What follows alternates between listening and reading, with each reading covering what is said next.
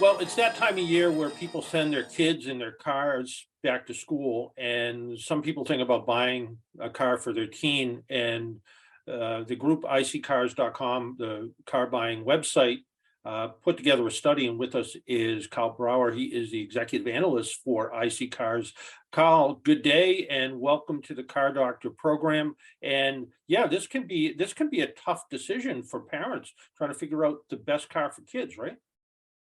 Yeah, I mean, obviously, when you've got young drivers, you want all these kind of hurdles to be cleared and these conditions to be met before you buy a car for them, right? You firstly you hope that the teen has been well trained and has sufficient experience behind the wheel before they're out there driving on their own.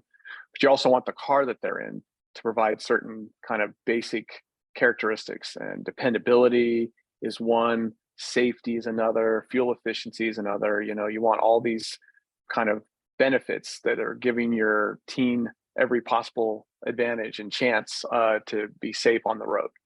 And one of the things that some parents kind of make the mistake of is they get granddad's Crown Vic or something and decide that, well, that's a good car because grandpa's been in it for a long time and it's a big, heavy car. But in fact, that car probably doesn't have any safety features. Maybe it has anti-lock brakes, but that's about it, right? Exactly right. And there's not just the technology, but as you know, the testing, the crash testing too, right? All these modern cars, they go through these tests with the National Highway Traffic Safety Administration and or the Insurance Institute for Highway Safety, NHTSA and IHS. And these vehicles get put through some pretty brutal circumstances and see how well they protect the passengers in the process. And so these modern cars have much higher safety standards for not only before the crash happens, like these driver assistance features, like you said, like anti-lock brakes or maybe forward collision warning, but also after an impact, how well they protect the passengers. That's right. And a lot of people think of today's modern cars, they see one that gets into a crash and it's all crumbled up. But in fact, it's designed to do that. There's crumple zones built into the car to allow the passenger to ride down that impact and to be safer. The car is not going to look so good, but hopefully the passenger is going to be safer because of that. And that's what I'm assuming as you put together this study at IC Cars, that you looked at those combinations of safety features and all the crash testing and kind of mixed it all in together, right?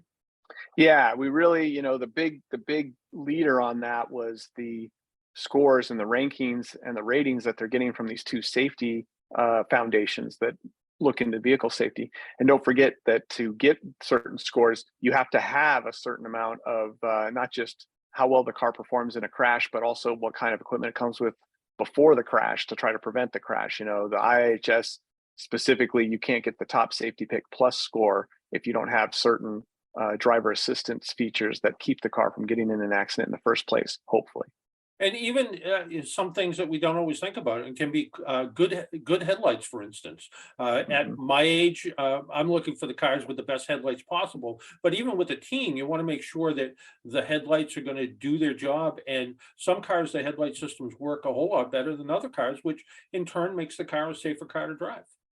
Right. And that's, of course, where you get into the modern versus the older thing, like you already mentioned. It's not only safety equipment and crash testing, but the technology, that lighting technology has really evolved in the last 10 years on automobiles. And, you have these LED lights now that are actually much physically smaller. You got these great styling things where the lights are all hardly visible. They're so thin, and yet they're putting out far more illumination than they did 10 years ago from these smaller real estate, smaller headlights because of the technology that's there. And you're not going to see that on an older car. You're going to have weaker headlights simply because, that technology from 15 plus years ago wasn't like it is in the last 5 years. Well, let's talk about some of the picks. What were some of the cars that came up in the top ranking for cars for teens? Well, I know that we like the Honda Civic as an example, right? Because it's just, I've got the list here that I'm looking at, and the Civic, it's got a good reliability score. It's got a good safety rating. It's not super expensive, although because of today's car market, as you know, the used car market, you have to keep going older and older to get inexpensive cars because everything is just so expensive on the used car market compared to even a couple of years ago. But even an older Civic, already had a lot of the technology we're talking about and scored, relatively well for when it was new. So if you're looking for that, we have like the 2012 Honda Civic. And again, what's nice is that between the reliability, even though it's an older car and it might have more miles, it should still be pretty reliable. And again, the safety score was pretty strong on that car too. Yeah, and I'm going to pick on a car that doesn't exist anymore. And a lot of people think, well, maybe if I can only find a Saab for my kid before they go to school, where that would be a perfect car for a teen because Saabs were such safe cars. But maybe they were safe, but dependability factor just wasn't there in a lot of cases. Whereas something Mhm. like a Toyota Corolla or a Honda Civic, that those cars, even being 10 years old, are going to Right. be about as dependable as opening up your refrigerator and knowing the light's going to come on whenever you open the Right. refrigerator door. Yeah. Right. And as you know, there's a huge factor to safety in the car not breaking down. I mean, whether the car breaks down on the freeway, which could be scary because lots of accidents happen between broken down cars on the freeway and cars that are flying by, or it breaks down in an area where you really wouldn't want your teen to be having to stop and get out of their car. So there's a huge safety element to reliability. Yeah, and some of these older cars, what's great about some of these older cars is they actually have spare tires, which is something that some of the newer cars don't have. So if you do break down somewhere, you actually have a spare tire that you can put on. That might not be the case with some of these newer cars. And when you did this study, did you try to break it down by cost or year or combinations of both for parents that have a budget in mind?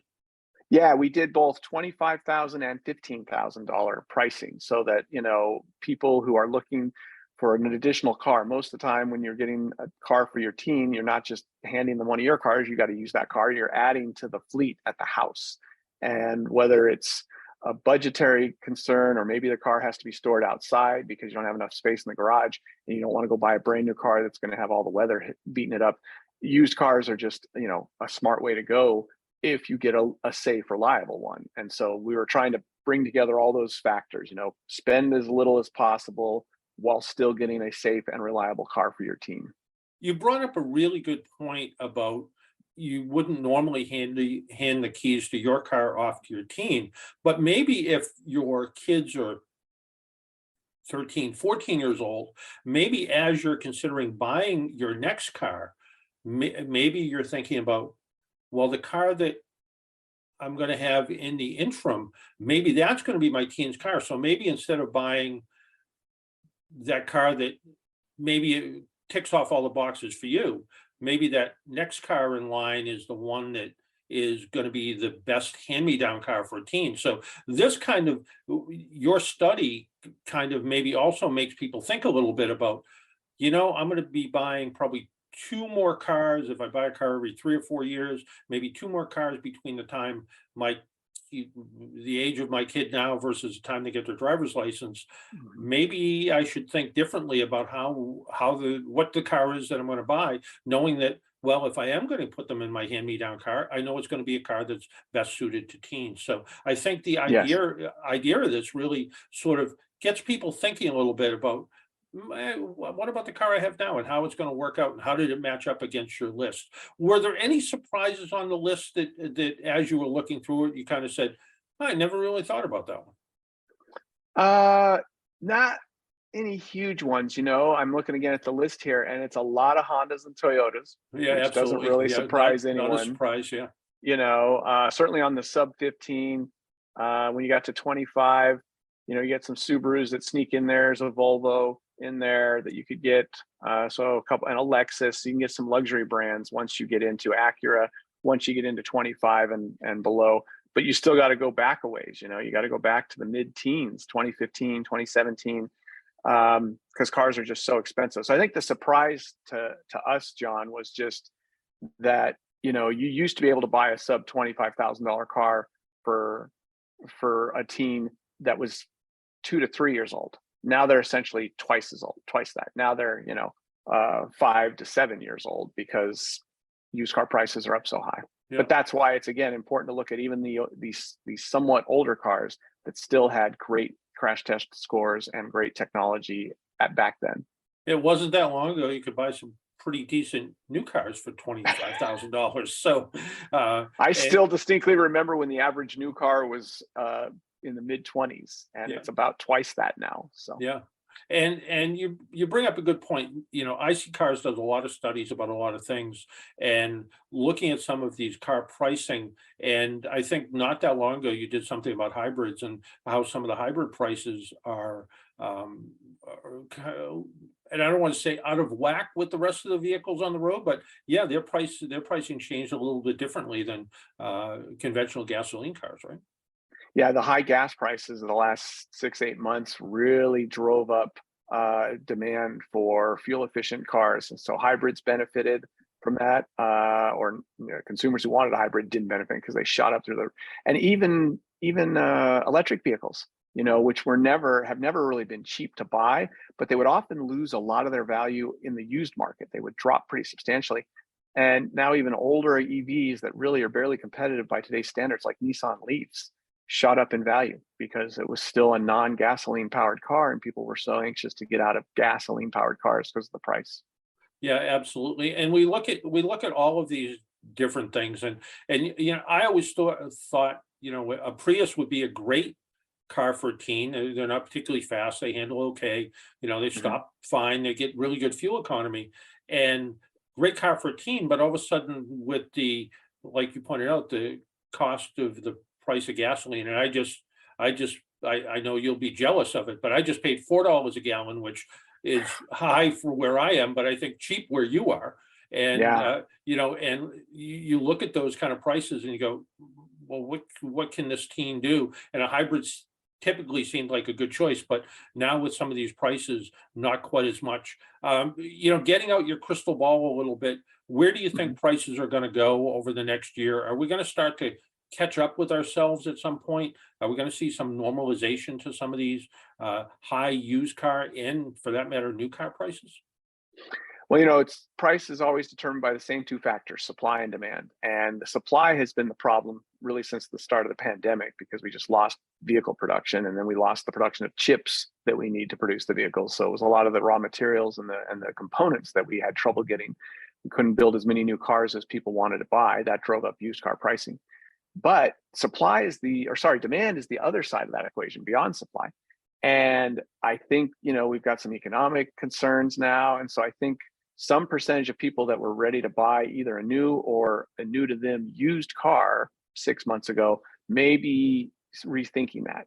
And that'll start to drop demand. So whether it's slowly increasing the supply, which I think is going to happen over the next 12 months, or somewhat tapering of demand, which I think is going to happen over the next 12 months. Yes, I think we're going to see over the next 12 months, maybe 15 months, a slow, drop in transaction prices for all these new and used cars. But it's not going to happen tomorrow. And even with that drop, I don't know if it's going to get back to what anyone would consider quote unquote normal by pricing standards of new and used cars, but maybe just less high and closer to normal over the next 12, 15 months. So maybe MSRP is going to be really the price of the car and not a number you negotiate, where today MSRP is well, nobody knows what that is anymore, because it seems to be popular models are $5,000 and $10,000 above MSRP right now. So Right. You used to start at MSRP and negotiate down. Now you've had to start at MSRP and negotiate up to get the car. yeah. But yes, maybe we'll get back to at least MSRP. Yeah, absolutely. And iSeeCars.com, good place to go to go car shopping, but also go car dreaming at the same time. If you want to, maybe you're thinking about doing a little bit of, in the future, what I want to buy, and you can kind of look and see what cars are going for, see what cars are around your area. Great place to start is with iSeeCars.com, right? Yeah, and we also have a lot of buying advice too, a lot of guidance, like these studies we just talked about for your teen car, but a lot of those uh, uh, analysis of the market pricing, what cars are hot, which cars are the most. We got one coming, the cars over MSRP. We were just talking about Yeah. cars highest over MSRP. So we're constantly analyzing the market and then hoping that consumers that come to the site benefit not only from seeing the car listings, but also the trends and where their opportunities lie within the marketplace. And simple enough, the letter I, iSeeCars.com, right? That's it. ISEECARS, iSeeCars.com. And yeah, I think everything you need to help you figure out what car to buy. Carl, I want to thank you for taking a little time out of your day and joining us on the Car Doctor program. Hey, great being on with you as always, John. Appreciate it.